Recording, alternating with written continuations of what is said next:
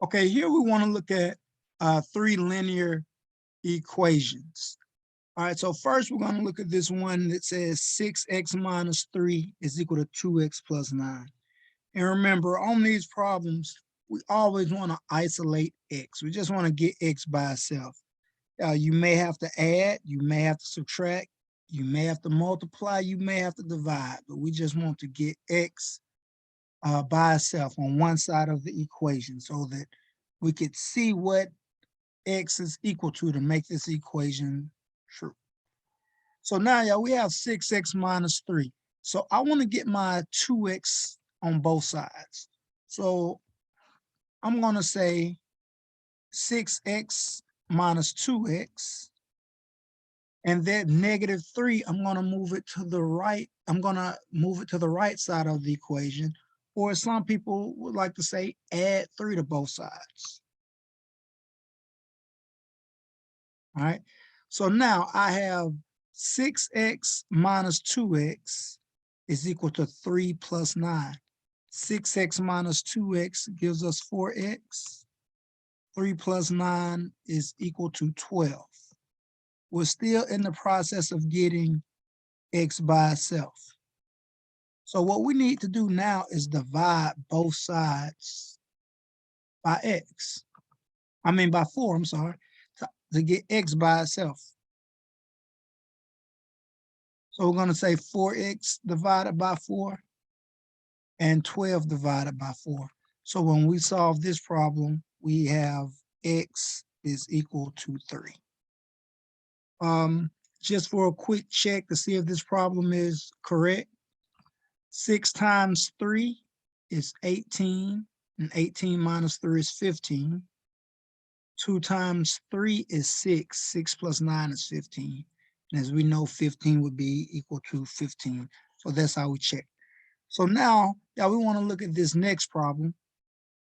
And in a problem like this, the only thing we have to do is make sure that we're careful with the with the parentheses, which tell us to distribute, and also be careful with the signs. All right. So now we have 4 times x plus 2 minus 6 times x minus 3 is equal to 42. So let's go all the way across. That's 4x plus 8. Now, this is where we have to be careful. Negative 6 times x is negative 6x, but negative 6 times a negative 3 is positive 18. Okay, and that's going to give us 42. So now we have 4x minus 6x. That's going to be a negative 2x. 8 plus 18 is positive 26, which is equal to 42. Now, we see a plus 26, so we have to subtract 26 from both sides. So I'm going to do this. Negative 2x, and I'm going to show every step, is equal to 42 minus 26.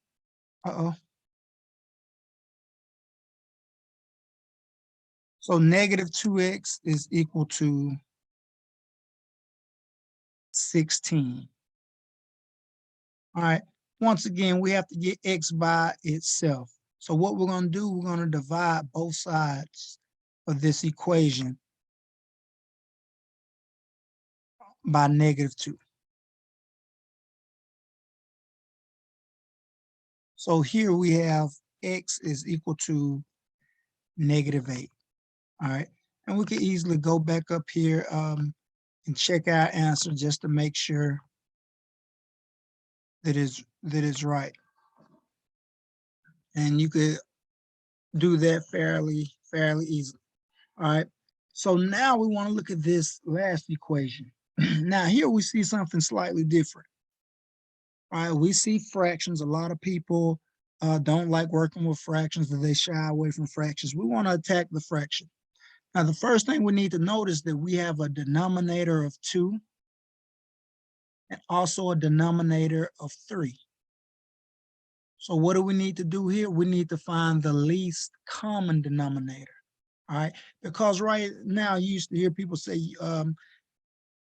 you can't compare apples and oranges, and that's what we're doing. We can't deal with a problem that has a denominator of 2 and a denominator of 3, all right?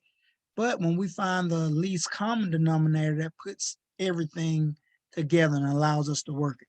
So our least common denominator here is going to be 6, all right?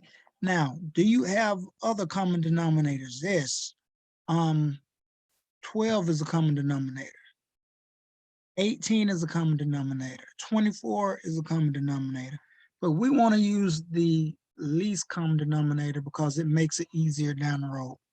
So what we want to do, and I'm just going to write this out here. I'm just going to write multiply everything by 6. I'm just going to put some notes right here.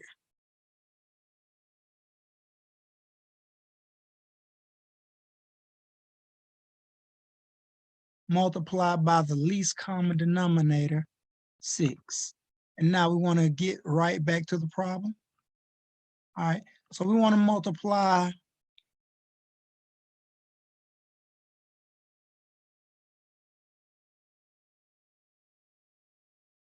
everything through by 6. So yeah, I'm going to put this right here.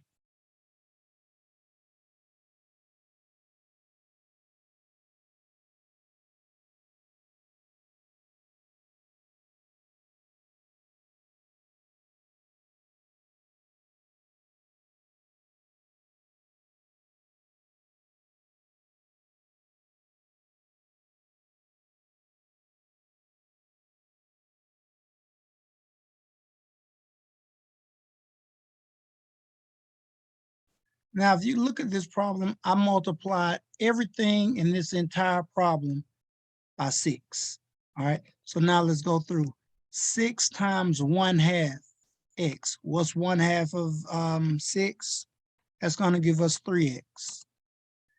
-6 times 4, respect the sign. That's going to give us -24. So we have 3x minus 24. Okay, is equal to, what's 6 times 1/3 of x? That's 2x plus 30. Now we can see what this basically starts turning into just a more traditional linear equation.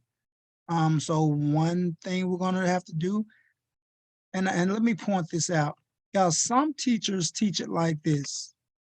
They'll just subtract the 2x from both sides, all right? And then add the 24 to both sides. That's fine too. Some teachers do something more where when moving it to the other side, all right? That's fine too. It doesn't matter. Just remember, it's the same thing, all right? Just want to make sure we clear that up. So now, y'all, we have 3x minus 2x. Let me keep the same colors. We have 3x minus 2x is equal to 24 plus 30. Remember that -24, once you moved it, all right, it became positive, okay? And other people look at it, you added it to both sides, same result. 3x minus 2x is equal to 1x. 24 plus 30 is equal to 54. And once again, you can go back and plug this in. We could go ahead and do it now, matter of fact. 1/2 of 54 is 27. 27 minus 4 is 23.